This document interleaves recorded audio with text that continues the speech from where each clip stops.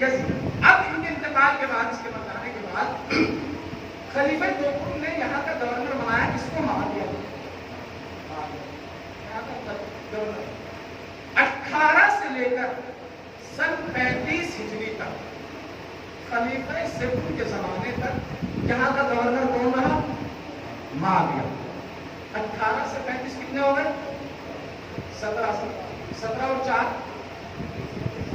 جی 21 سال. 21 سال. اب 35 سے لے کر 40 ہجری تک مولائے کائنات کا دور حکومت رہا, تو بھی یہاں کا گورنر کون رہا؟ معاویہ. تو 35 سے 40 کتنے ہو گئے؟ 5. 21 اور 5 جی 26 سال. اب 41 ہجری میں امام حسن کا زمانہ آیا. تو امام حسن کے درمیان کچھ صلح ہو گئی, اور صلح ہونے کے بعد اب یہ جو معاویہ شام کا گورنر تھا, اب یہ حاکم بن گیا. اور 41 سے لے کر 60 ہجری تک اس نے حاکمیت کی. 41 سے 60 کتنے ہو گئے؟ 20 سال. 20 سال. پہلے کتنے تھے؟ 26. بھائی 14 سے 18 تک معاویہ کا بھائی یزید 4 سال. ٹھیک ہے نا. پھر 18 سے لے کر 35 تک معاویہ 21 سال. اور پھر 35 سے 5 مولائے کائنات کے دور حکومت میں 26 سال. اور 26 سے پھر 40 سے لے کر 60 تک 20 سال. کتنے ہو گئے ٹوٹل جی 46 سال. یعنی بنی امیہ نے اسی شام میں, کہ جس شام میں سید سجاد خطبہ دینا چاہ رہے ہیں, 46 سال تک حکومت کی ہے. بہت توجہ چاہ رہا ہوں, خدا کی قسم بہت عظیم نتیجے کی طرف لے کر جا رہا ہوں. ابراہیم آیتی صاحب نے اپنی کتاب میں لکھا ہے, ٹھیک ہے نا. کتنے سال؟ 46 سال تک. یہی جس شام میں سید سجاد خطبہ دینا چاہ رہے ہیں, بنی امیہ نے اسی شام میں کیا کیا؟ حکومت کی. حکومت کیا کی؟ کوئی نیا کام کیا نہیں. اہل بیت کے خلاف منصوبے بنائے, پروپیگنڈے بنائے, لوگوں کو اہل بیت کے فضائل سے دور رکھا, اور اتنا دور رکھا کہ شہید مطہری نے اپنی کتاب میں لکھا ہے کہ شام کے لوگ اتنا بھی نہیں جانتے تھے کہ جس دین میں جناب حمزہ داخل ہے, اسی دین میں امام حسن اور امام حسین بھی داخل ہے. اور شام کے لوگوں کو اتنا بھی نہیں معلوم تھا کہ الحسن والحسین سیدہ شباب اہل الجنہ. رسول نے حسن و حسین کے لیے فرمایا کہ حسن و حسین جوانان جنت کے سردار ہیں. یعنی جس شام میں سید سجاد خطبہ دینا چاہ رہے ہیں, اسی شام میں 46 سال تک بنی امیہ نے اہل بیت کے خلاف منصوبے بنائے, پروپیگنڈے بنائے, منصوبے بنائے. 46 سال تک بنی امیہ یہاں اہل بیت کے خلاف منصوبے بناتے رہے, اور سید سجاد نے خطبہ دیا. اب اس خطبے کا اثر کیا تھا؟ اس خطبے کا اثر یہ تھا کہ اس خطبے کے بعد لوگ پھوٹ پھوٹ کر رو رہے تھے, لوگ آنسو بہا رہے تھے. اور جو روم کا جو سفیر آیا تھا, اس نے آ کر یہ یزید سے کہا کہ یزید تو نے اچھا نہیں کیا کہ تو نے اپنے ہی رسول کے نواسے کو قتل کر دیا. تو نے اچھا نہیں کیا, تو نے اچھا نہیں کیا. یعنی بنی امیہ نے 46 سال تک حکومت کی, اور سید سجاد نے ایک خطبہ دیا اور پورے مجمع کو اپنی طرف کھینچ کر لیا. بنی امیہ نے 46 سال تک حکومت کی, 46 سال تک حکومت کی, اور سید سجاد نے خطبہ دیا, ایک خطبہ دیا, پورے مجمع کو کیچ کر لیا, پورے مجمع کو کیچ کر لیا. اب علماء سے سوال کیا گیا, سید سجاد نے خطبہ کتنی دیر دیا؟ تو علماء کہتے ہیں 40 منٹ, علماء کہتے ہیں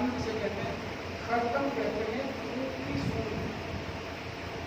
جی اونٹ کی سونڈ کو خرطم کہتے ہیں. امام نے کہا من زلدا خراطیم الخلق، میں اس کا بیٹا ہوں کہ جس نے مشرکین مکہ کی ناکوں کو رگڑ کر رکھ دیا. من ضرب خراطیم الخلق حتی قالوا لا الہ الا اللہ، جس نے بڑے بڑے سورماؤں کی ناکوں کو رگڑ کر رکھ دیا، یہاں تک کہ وہ اپنی زبان سے کہنے لگے لا الہ الا اللہ محمد الرسول اللہ، لا الہ الا اللہ محمد الرسول اللہ. یزید دیکھ، جو تلوار کے زور پر ایمان لائے تھے وہ تیرے باپ دادا تھے، کل ایمان میرا دادا.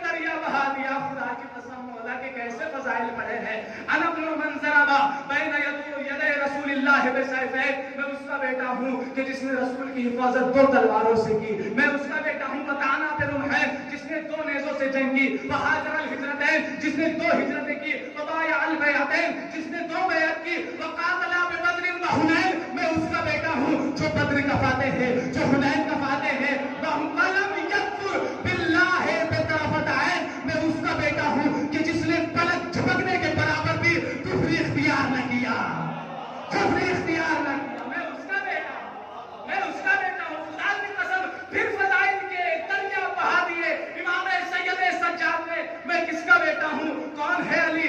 سمح سخی بہی بہلول ذکی ابتہی رضی مقدام حمام سامر صبام مہذب قوام. میرا دادا بہی ہے، میرا دادا سخی ہے، میرا دادا سخی ہے. یزید دیکھ ہم لٹانے والے ہیں، تو لوٹنے والا.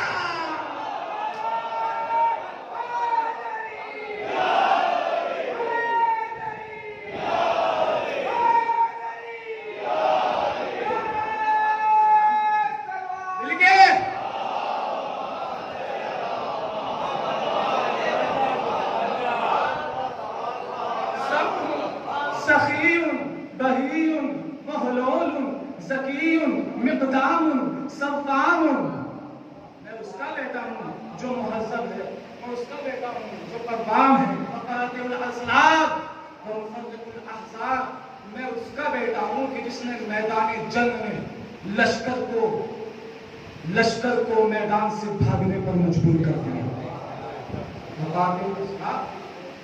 اب امام نے پھر فضائل کا دریا بہایا. خدا کی قسم پورا خطبہ نہیں پڑھا جا سکتا، بہت اختصار سے کام لے کر بہت کم جملے آپ کی سماعتوں کی نظر کر رہا ہوں. پھر امام نے کہا میں سخی کا بیٹا، میرا دادا سخی ہے، میرا دادا بہی ہے. پھر امام نے کہا مکی مدنی ابتہی خفی عقبی بدری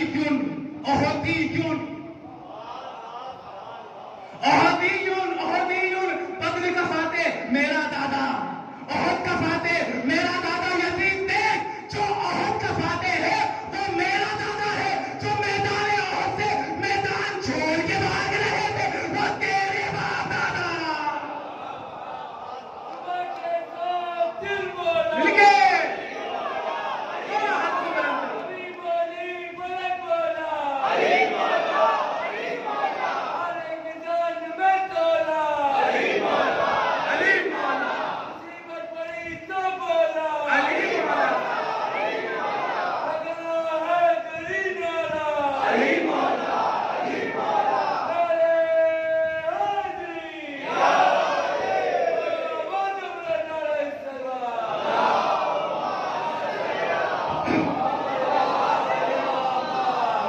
میرا دادا ہے، مدنی میرا دادا ہے، ابتہی ہے، خفی عقبی بدری احدی حنینی شجری.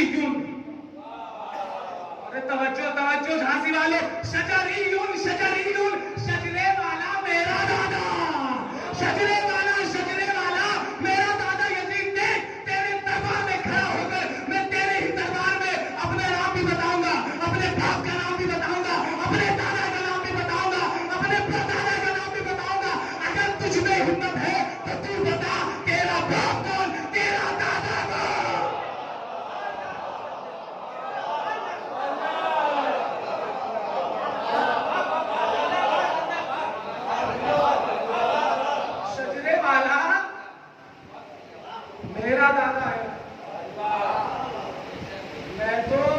بڑے مجمع میں، اپنے مجمع میں نہیں، تیرے مجمع میں بتا رہا ہوں کہ میرا شجرا کیا ہے. تجھ میں ہمت ہے تو اپنے مجمع میں بتا تیرا شجرا کیا ہے. اب امام نے آخر میں آ کر اب کہا دیکھو ہمیں 6 چیزیں عطا کی گئی اور 7 چیزوں پہ فضیلت دی گئی. اعطینا العلم والحلم والفصاحة والبلاغة والشجاعة والمحبة في قلوب المؤمنين. علم ہمیں دیا گیا ہے، علم ہمیں دیا گیا ہے، علم ہمیں دیا گیا ہے. شہر علم ہم میں ہے، باب علم ہم میں ہے، ابو جہل تم میں ہے.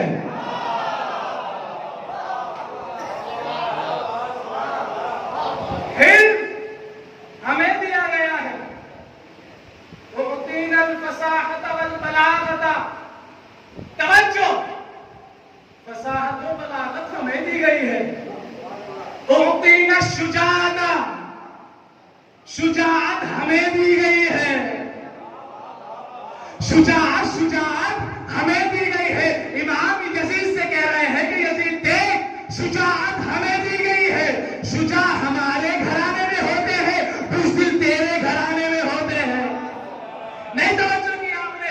شجاع ہمارے گھرانے میں ہوتے ہیں، بزدل تیرے گھرانے میں ہوتے ہیں. جو احد میں لڑ رہا تھا وہ میرا دادا علی تھا، جو بدر میں لڑ رہا تھا وہ میرا دادا علی تھا، جو صفین میں لڑ رہا تھا وہ میرا دادا علی تھا. اور یزید دیکھ جو کربلا میں جنگ کر رہے تھے وہ میرا چچا عباس تھا، وہ میرا بھیا علی اکبر تھا، وہ میرا بابا حسین تھا. یزید شجاع ہم ہے. اور تو دیکھ کہ میں کتنا بڑا شجاع ہوں تیرے ہی مکاروں کے سامنے، تیرے ہی درباریوں کے سامنے، تیرے ہی لوگوں کے سامنے، تیرے ہی دربار میں تجھ سے آنکھ میں آنکھ ڈال کر بات کر رہا ہوں، آنکھ میں آنکھ ڈال کر بات کر رہا ہوں. یزید شجاع ہم ہے، شجاع ہم ہے. بزدل تیرے گھرانے میں ہوتے ہیں. جو احد سے بھاگے تھے وہ تیرے باپ دادا تھے، جو بدر سے بھاگے تھے وہ تیرے باپ دادا تھے، جو کربلا سے بھاگے تھے وہ تیرے سپاہی تھے. اور یزید تجھ سے بڑا بزدل کون کہ تو شام میں بیٹھا رہا، چچا عباس کے گھر سے کربلا نہ آیا.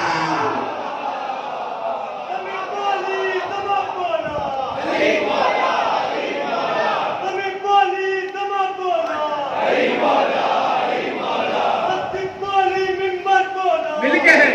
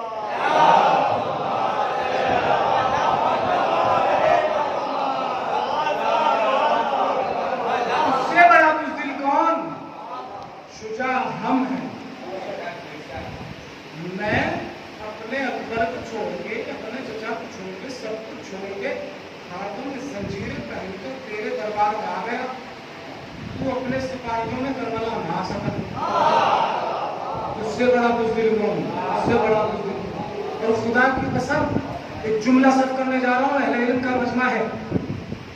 جو یزید یہ سوچ رہا تھا کہ میں نے سید سجاد کو ہتھکڑی پہنا دی، بیڑیاں پہنا دی، میں نے قیدی بنا دیا، لیکن اسے اتنا نہیں معلوم تھا کہ تم نے صرف تھوڑی دیر کے لیے قیدی بنایا ہے. سید سجاد نے تجھے قیامت تک کے لیے قیدی بنا دیا. تیرے گلے میں لعنت کا توق ڈال دیا، تیری کمر میں لنگر ڈال دیا، رسوائی کا. اور خدا کی قسم جو قیدی بن کر بنے ہاتھوں سے اسلام کو آزاد کرا دے اسے سید سجاد کہتے ہیں.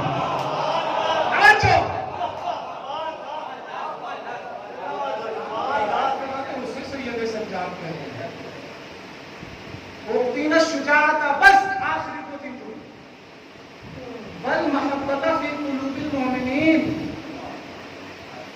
مومنین کے دل میں ہماری محبت ہے. یعنی اگر مومن ہوگا تو ہم سے محبت کرے گا ضرور.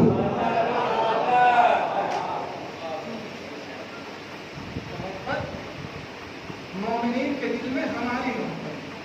کیا دیکھیں یہ جو ایمان ہے، ایمان مومن ایمان اس کے جو مقابلے کی جو لفظ آتا ہے تو تین چیزیں ہو سکتی ہیں، یا کفر یا نفاق یا شرک. یعنی ایمان کے مقابلے میں تین لفظ ہو سکتے ہیں، کفر، نفاق. آپ کی سماعتوں کو سلام سلام. ایمان کے مقابلے میں تین ہو سکتے ہیں. اما عجیب مسئلہ ہے، ایمان کے مقابلے میں بھی تین، کل ایمان کے مقابلے میں بھی تین.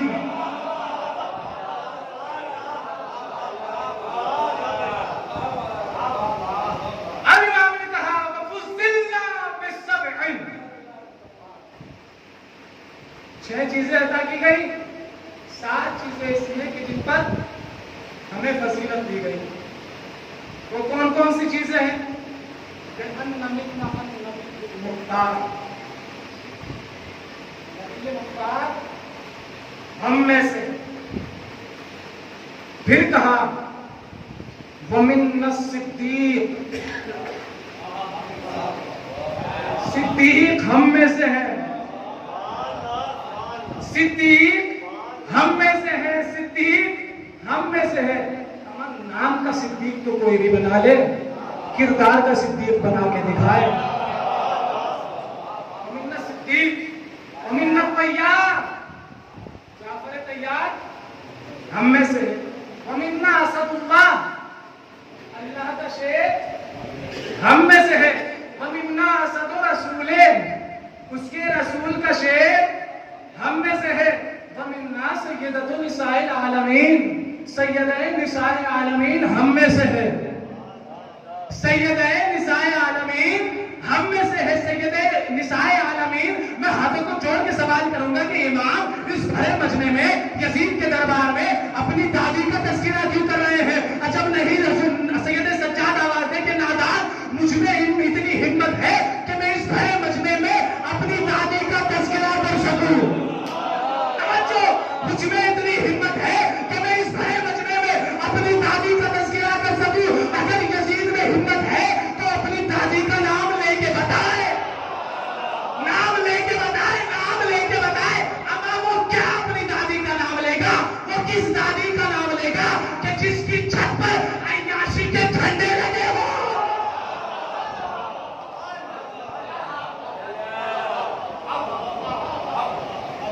تاریخ آپ کو سنا رہا ہوں، بڑی بڑی کتابوں نے لکھا ہے جی، انہوں نے لکھا ہے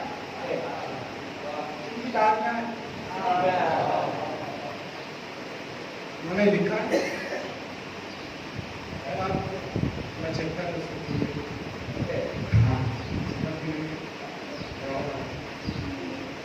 مجھے منبر کی پاکیزگی بھی کبھی خیال ہے.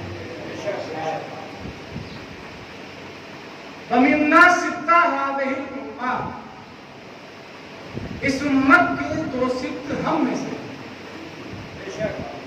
اب امام نے خطبہ دے دیا، پورا مجمع دیکھ رہا ہے کہ یہ خارجی، اسی یزید نے خارجی کہا تھا، یہ کہہ رہا ہے کہ محمد مصطفیٰ کا بیٹا، میں علی مرتضیٰ کا بیٹا، سیدہ نساء عالمین اس کی دادی.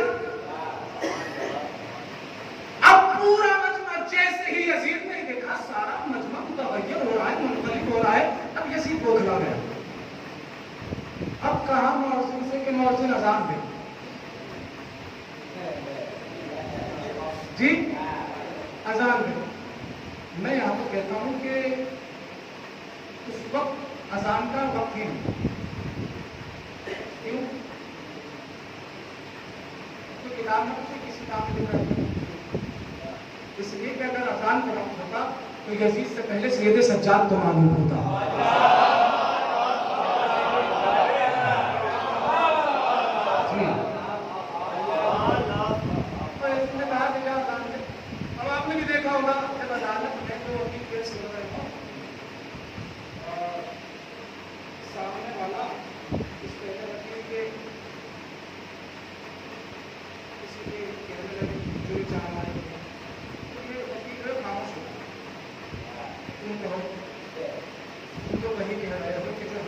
رہے ہیں. اب جیسے ہی یہ گلدستہ اذان پر پہنچا, اس نے جا کر اللہ اکبر کہا, سید سجاد خاموش ہو گئے. اس لیے کہ سید سجاد یہ چاہ رہے تھے کہ آج اس بھرے مجمع میں, اس بھرے دربار میں یزید کے سامنے ہم اپنی جیت کا اعلان دشمن کی زبان سے کرائیں گے. جی, دشمن کی زبان سے کرائیں گے. اب مؤذن پہنچا اور اس نے پہنچنے کے بعد کہا اللہ اکبر. امام سید سجاد نے کہا اللہ. مؤذن نے کہا اشہد ان لا الہ الا اللہ. امام نے کہا وحدہ لا شریک لہ. اب مؤذن نے کہا اشہد ان محمد رسول اللہ. امام نے کہا کہ مؤذن خاموش ہو جا, مؤذن خاموش ہو جا, مؤذن خاموش ہو جا. اور یزید کی طرف متوجہ ہو کر کہا کہ یزید بتا, یہ جو محمد رسول اللہ ہے, یہ محمد یہ تیرے جد کا نام ہے یا میرے جد کا نام؟ یہ تیرے جد کا نام ہے یا میرے جد کا نام؟ اگر تو یہ کہے کہ تیرے جد کا نام تو تو جھوٹا اور قرآن جھوٹے پر لعنت کرتا ہے, اور اگر تو یہ کہے کہ میرے جد کا نام ہے تو پھر اس بات کو مان کہ تو ہار گیا, ہم جیت گئے.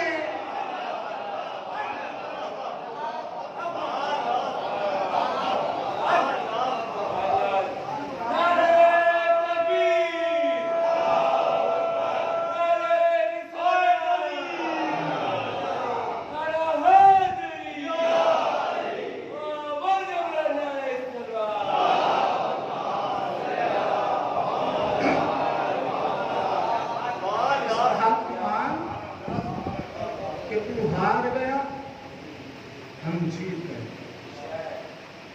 اس لیے کہ جس کا مقصد باقی رہ جائے وہی جیتنا. سانس لینے کا نام جیت نہیں ہے,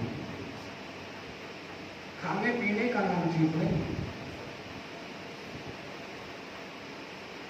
بلکہ مقصد کو باقی رکھنے کی خاطر اپنے سر کو کٹا دینا, اسی کا نام جیت ہے. اب امام نے بھرے مجمع میں کربلا کو بیان کیا, مصائب پر, اور تاریخ میں ملتا ہے مجمع کا دورہ. جو روم کا جو سفیر آیا تھا, اس نے آ کر کہا یزید سے, یزید تم نے اچھا نہیں کیا, تم نے اپنے ہی نانا کے پاس سے قتل کیا.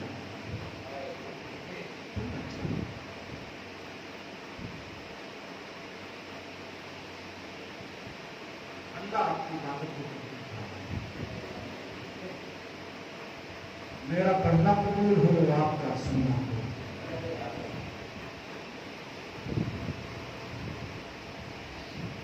اسیری کا ایام ہے,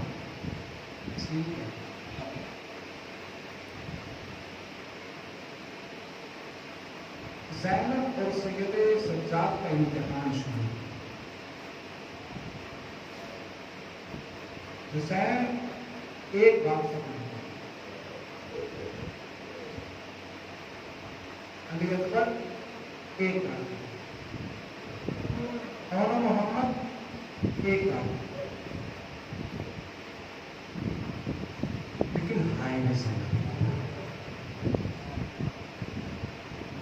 قسطوں میں شہید ہوئی ہے زینب.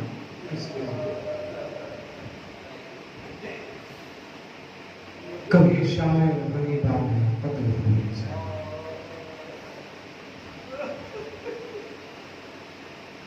کبھی بازار کوفہ میں قتل ہوئی زینب, کبھی دربار ولید میں قتل ہوئی زینب.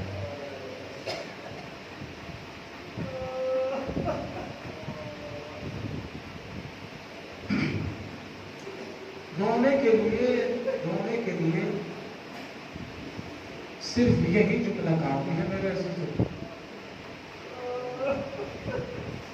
خدا کی قسم غیرت مند ہونا اپنے پہلو میں غیرت دار دل رکھتے ہیں. خدا تمہاری ناموس کے ساتھ وہ دل نہ دکھائے کہ جو سید سجاد تم ہو.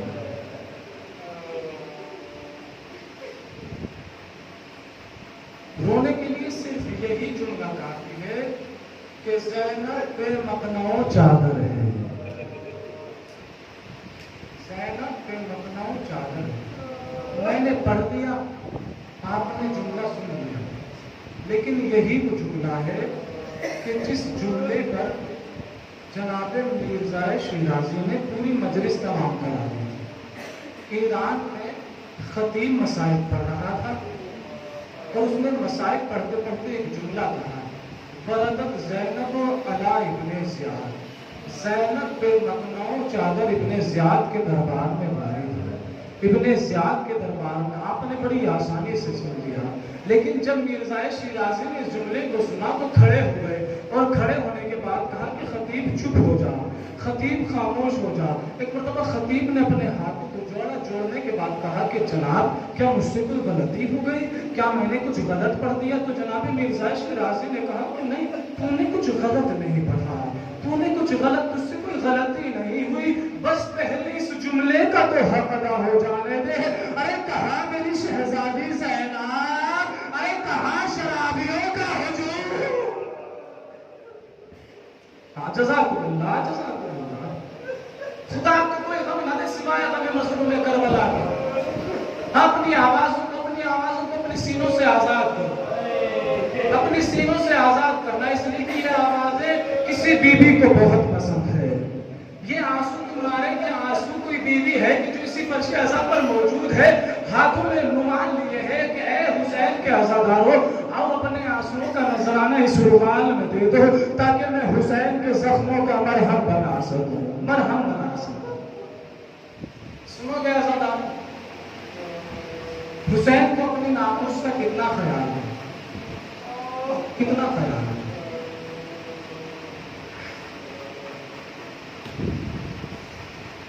روایت ہے، روایت خدا ہمت دے پڑھ سکتے. روزے عاشورہ، روزے عاشورہ جب کوئی باقی نہ رہا، حسین تنہا تھے. آئے خیموں میں، آنے کے بعد کہا وعلیکم السلام،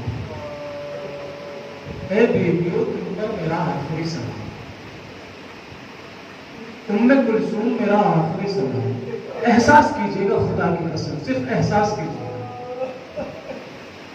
ام کلثوم میرا آخری سلام، زینب میرا آخری سلام، ماں کی کنیز فضہ میرا آخری سلام، ام لیلا میرا، سب کو آخری رخصت کرنے کے بعد اب جب حسین چل رہے تھے، خیموں سے آ رہے تھے، رخصت ہو کر آ رہے تھے، تو روایت میں ملتا ہے کہ حسین پیچھے مڑ مڑ کے دیکھ رہے تھے. حسین پیچھے مڑ مڑ کے دیکھ رہے تھے، پیچھے مڑ مڑ کے دیکھ رہے تھے. ارے کیا دیکھ رہے تھے؟ ہائے اس نامحرموں کے مجمع کے درمیان اپنے گھر کی ناموس کو چھوڑ کر جا رہا ہوں. ارے یہی وجہ ہے عزادارو، جب حسین رخصت ہو رہے تھے تو کوئی بی بی کہہ رہی تھی آقا نہ جائیے، مولا نہ جائیے. ارے کسی راوی نے تو اتنا بھی لکھا ہے کہ ایک بی بی نے کہا کہ مولا آپ جا رہے ہیں، آپ جا رہے ہیں تو ہمیں مدینہ چھوڑ دیجیے آقا. ارے اتنا محرموں کے درمیان ہم کیسے رہیں گے؟ اجرکم اللہ عزادارو، خدا کو کوئی غم نہ دے سوائے غم مظلوم کربلا کے. حسین کو اپنی ناموس کا کتنا خیال تھا، کتنا خیال تھا، کتنا خیال تھا. ارے روزے عاشورہ، ارے جب فضاؤں میں آواز آئی، حسین کے کانوں میں آواز آئی، اے نفس مطمئنہ اپنے رب کی بارگاہ میں پلٹ آ، تیرا رب تجھ سے راضی ہو گیا. حسین نے تلوار کو نیام میں رکھا، بھاگی ہوئی فوجیں سمٹی. ارے جس نے جیسے چاہا اس نے ویسے وار کیا. بس میں سنانا چاہتا ہوں کہ حسین کو اپنی ناموس کا کتنا خیال تھا، ارے کتنا خیال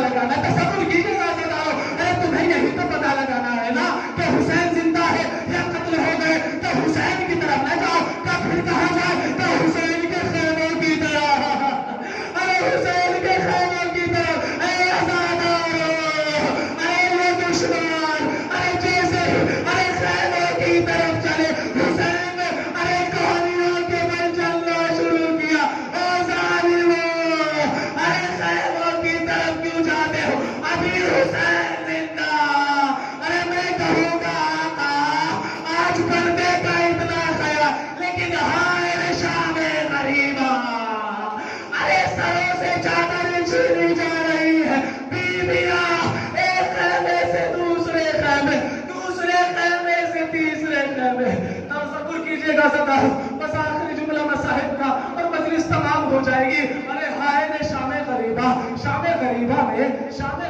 میں ایک ظالم خیمے میں گھسا. تصور کیجئے گا اللہ نے آپ کو بھی چھوٹے چھوٹے بچے دیے ہوں گے, چھوٹے چھوٹے بچے دیے ہوں گے. خدا آپ کی بیویوں کی گود کو آباد رکھے, میری ماں بہنوں کی گود کو آباد رکھے. عزیزوں تاریخ میں ملتا ہے, روایت میں ملتا ہے کہ ایک ظالم خیمے میں گھسا. اس نے دیکھا کہ ایک بیوی ہے جو اپنے سینے سے کچھ لگائے ہوئے ہے. ارے سینے سے کچھ لگائے ہوئے ہیں. اس ظالم نے یہ سوچا ارے شاید اس نے اپنے سینے سے کوئی قیمتی چیز لگا رکھی ہے. اب وہ ظالم اس بی بی کی طرف بڑھا اور جیسے اس بی بی کی طرف بڑھا اس کپڑی کو چھیننا چاہا. اس بی بی نے وہ بی بی پیچھے ہو گئی. ارے پھر چھیننا چاہا وہ بی بی پھر پیچھے ہو گئی. ارے پھر چھیننا چاہا وہ بی بی پھر پیچھے ہو گئی.